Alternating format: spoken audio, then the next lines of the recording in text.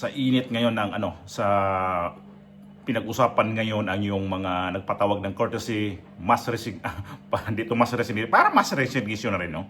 Itong ginawa ni Bongbong Marcos sa mga kanyang cabinet secretary kahapon na nagpatawag. Wala ako kahapon na wala akong gawang reaksyon kahapon tungkol ho dito sa kanya. Pero late nga, may sinasabi ko na nga to na kahit naman lang huli na ako, basta at least meron akong mga reaksyon dito. At hindi ito yung pag-usapan natin yung nagpatawag siya o kiningkwan. Kasi itatima ko ngayon, Bisaya kasi to. Ay itong mass courtesy resignation sa mga cabinet secretary ni Bongbong Marcos kahapon ay ito yung ginagawa niya na parang pinag-isipan niya na kung sino yung dapat i-retain ko dito kasi nagawa kasi to noong ito yung gising sa kanya talaga yung nung nangyari noong midterm election na nilampaso talaga yung mga kandidato niya sa pagkasenador. So ito pa ngayon, nanalo na yung itong mga magsisenador pero hindi pa siya sigurado na talagang kakapit sa kanya. Yan lang yung masasabi ko dito. So ang ginawa niya ay kailangan talaga niya mag-revamp o magpalit o mag-retain. So sa tingin ko sa kanya mga cabinet secretary, pwede niya palitan lahat yan. Kasi wala naman talagang ginawa yan sa kanya, nasa kapaligid sa kanya sariling interes yan. So yan lang muna yung opinion ko sa kanya ngayon, na kailangan niya talagang magkuha ng cabinet secretary sa loob lang ng 3 buwan at 3 taon kung kakayanin niya ba. Kung makabawi ba ang kanyang rating sa kanyang pagtatrabaho sa gobyerno, na siya mismo nagsabi na hindi masaya ang mga tao sa performance ng gobyerno. So bago siya husgahan ang mga cabinet secretary, siya muna titingnan niya. Kasi kinuha mo kasi mga cabinet secretary, hindi talaga maganda. So ito yung ang itatopic natin ngayon, ito yung si Gwen Garcia na nagpatawag ng special session at ng supplementary budget. Nag-approve. Emergency daw ito. So ito, bakit ka mag-approve pa ng supplementary budget? Alam mo naman na outgoing ka na at ginawa mo pa to. Parang gusto niya talaga na ubusin ang pera ng Cebu o kaya ayaw niya ipamana yung pera na yan sa kay Pambari 4. Yan lang yung nakikita ko dyan. So Bisaya ito, no? Sabi ko na ulit, hanggat kaya kong mag-react sa pamamagitan nitong itagalogin ko, gawin natin. Pero pag hindi ko na kaya, kayo pasensyahan muna kayo, ha? Ito kay Attorney Banyok sa DYHP RMN Cebu. Okay, arita may gasto iskutanan gahapon, no? Doon ay nipatawag si Gobernador Gwendolyn Garcia o usa ka special session alang mahigala sa pag-aprobar sa 1.2 billion supplemental budget kapin. 1.2 billion, ha? Dako ang kortaha, billion ka na, ha? So ito na yung sabi niya. Nagpatawag one day ago, so nung nakarang araw to, ngayon ko lang nagawa ng reaction nito.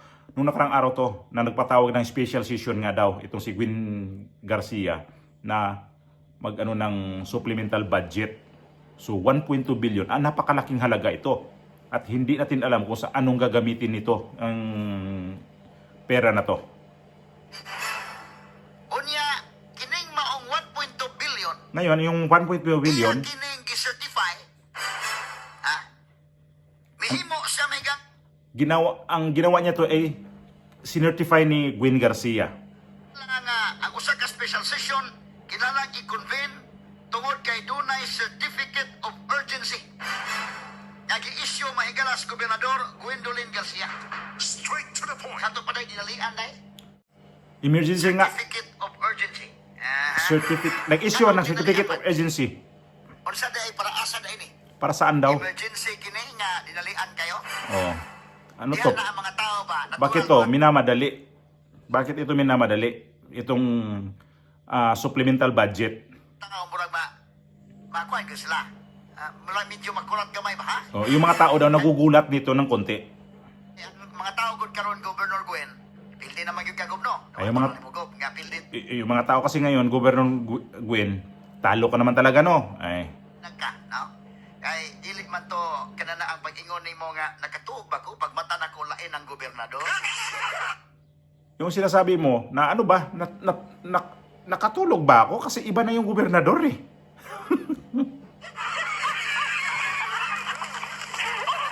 Di naman ni siming defeat, ha? Kinisa, Hindi naman to seeming defeat. Yung parang talo, ganon. Parang ano ko nito. Hindi naman, para akong talo, ganon. stating defeat kini. Devastating defeat daw. Parang binagyo. Kanang mo margin mahigalag 300,000 kapin ka mga boto bina. Dili gina matawag siming defeat ay. 300,000 votes ang kanilang margin. So hindi daw pwedeng tawagin na seeming defeat. Devastating defeat daw ito, sabi ni Atty. Banyok. Nga siming medyo mura o kapildihan. Ah. Di gito mura. Parang talo. Mura kasi parang. So karon anak kay Ngayon. pipila ka mga adlaw na lang nahabilin. Oh, ilang araw na lang natitira. Sa June 30. Hanggang June Ang mga 30. subuanon, muhatag na lang anang mga adlawan nimo nga Ang mga taga Cebu, ibibigay na lang yung chill ka na lang. oh, yun. Chill ka na lang. Chill lang na ako. Gugwin, mas ganahan mga subuanon na lang anak.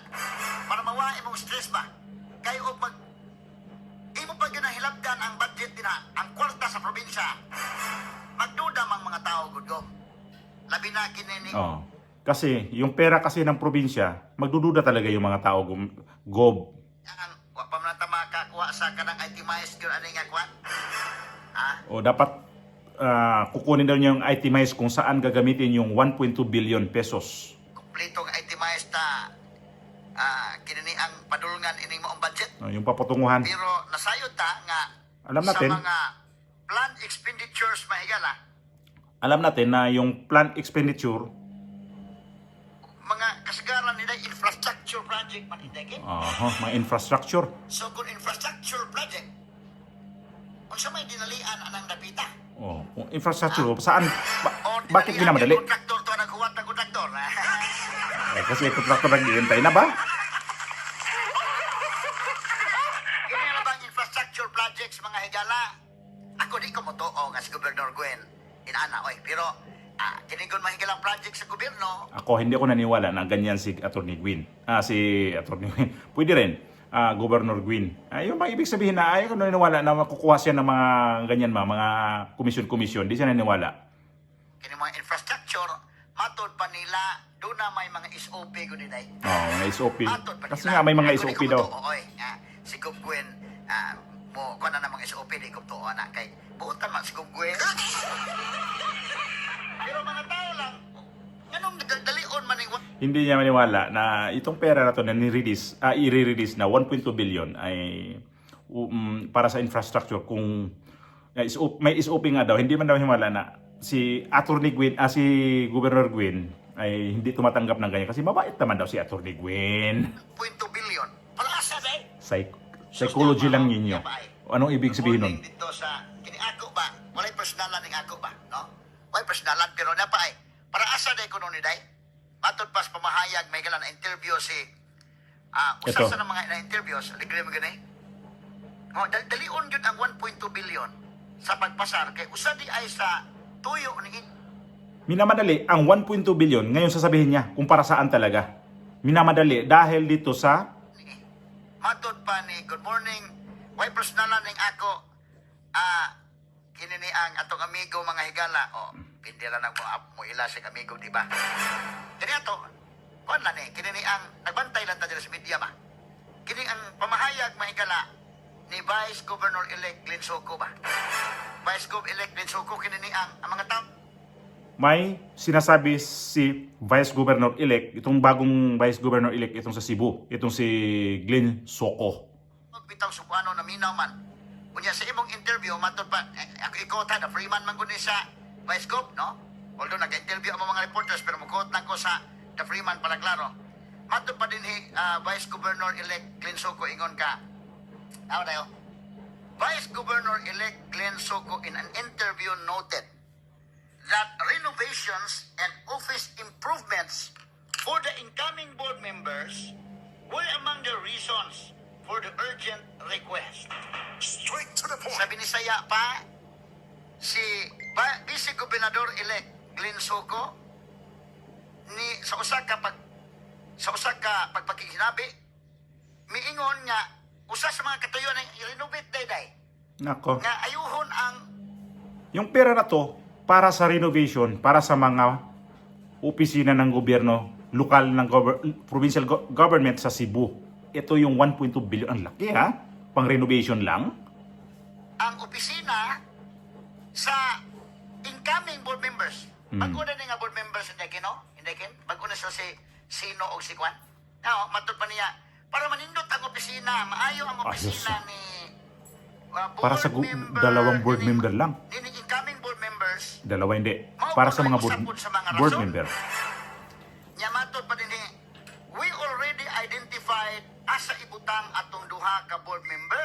Oh, dalawa nga. Soko said, referring to board members elect Nilo Seno o Malcolm Sanchez.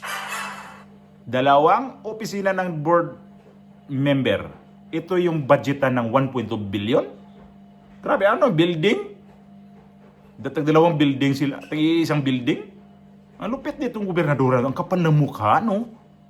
Sumao day usa sa mga rason nga nung dalion gyud kining 1.2 billion pesos nga kantidad kay usa sa mga tuyo ani day ang opisina di ay nila kuno nga bag-o bang board members ayuhon ng daan. Yan pala yung dahilan. Kasi bago siya bababa daw, paayos mo na yung ano. Paano paayos to na? Ilang araw na lang? Papaayos daw muna yung opisina ng bagong board member. Ang lupit nito. Tapos bilyon ang kukunin mong pera. Malupit. Talagang ayaw niya itong iiwan doon sa kay Pambari 4. Ito lang yung nakikita ko dyan. Paman salama, June 30 pa man mo final og lingkod. Vice Governor-elect Glenn Soko, ini ka June 30 na lang sila. Wala makakita sila ba? Asa na opisina bitaw day? Ito ba yung ano? Hindi ito kakayanin ng ano? Hindi ito kakayanin ni Pambari 4 na ng opisina. Ang luho nito. Ang luho. So hanggang dito lang na yun na. Kasi 1.2 billion ang laki ito. Ang luho nitong ginagawa ni Gwen Garcia. Malupit. At ito na. Inisyuhan na nga siya ng show cause order sa ombudsman. Nabalita to kanina. Ito na yung mag-issue ang ombudsman ng show cause order kasi hindi nga ito niya pinansin itong ginawa sa ombudsman na i-suspende siya. Kaya ang ginawa ng ombudsman ngayon, tinatawagan siya na mag-show cause order ka. Balik tayo sa sa suspension dito sa kanyang budget na 1.2 billion. Ang kasi nito ay ayaw niya na bigyan ng mag-iwan ng malaking pera para pagdating sa transition, ang nito, na-withdraw ko na to kasi, nakuha ko itong pera to kasi pang-ayos to sa para sa paayos to sa bagong mga board member. Ang kapal ng mukha nito. Talagang pa talaga niya na, namin to, kunin ko na itong pera na to kasi para sa to. Idahilan lang niya yun. Ito bang Cebu, ito ba si Gwen Garcia talagang talaga niya na hindi pwede na itong administrasyon ni Pambari 4 ay mas may makuhang pera. Alam naman niya pera yan eh. Ba't di nilang yan iiwan? Kasi ito si Pambari 4, ang dami kasi nitong ang dami nitong plano sa kanyang administrasyon ngayon kung anong pwedeng gawin. Unang-una yung para sa mga hospital, yung mga gamot daw, mga doktor, kailangan lagay ng mga doktor sa hospital, sa mga pagkain sa mga bata na parang mga nutrition. Yun yung priority ato ni Pambari 4. So ngayon, itong 1.2 billion, kung iiwan na lang to niya, na sige, ito na lang gamitin mo para sa mga project mo, maumpisahan mo yung project mo. Ang laking pera, 1.2 billion. Ang lupit. Tapos lang niya na ipaayos ipaayos ito sa dalawang board member na bagong naupong board member. Di na nga sa gobyerno, bakit pa ako patayo ng bagong building dyan, bagong opisina dyan sa dalawang board member na yan. Trabaho na ni Pambari 4 yun, kung anong gagawin nila. Ang luho nito, wala kayong ang board member sa Kapitolyo yan, di ba? Bakit yung mga nakaraan yung mga board member, walang opisina yun? O nagdagdag kayo ng board member para kaya pagawaan nyo ng bagong opisina ng board member. Malupit nito. Matindi na talaga to si Gwen Garcia talaga. Natalo na nga lahat-lahat. Ngayon, hindi pa nanahimik. Malupit ka, Gwen.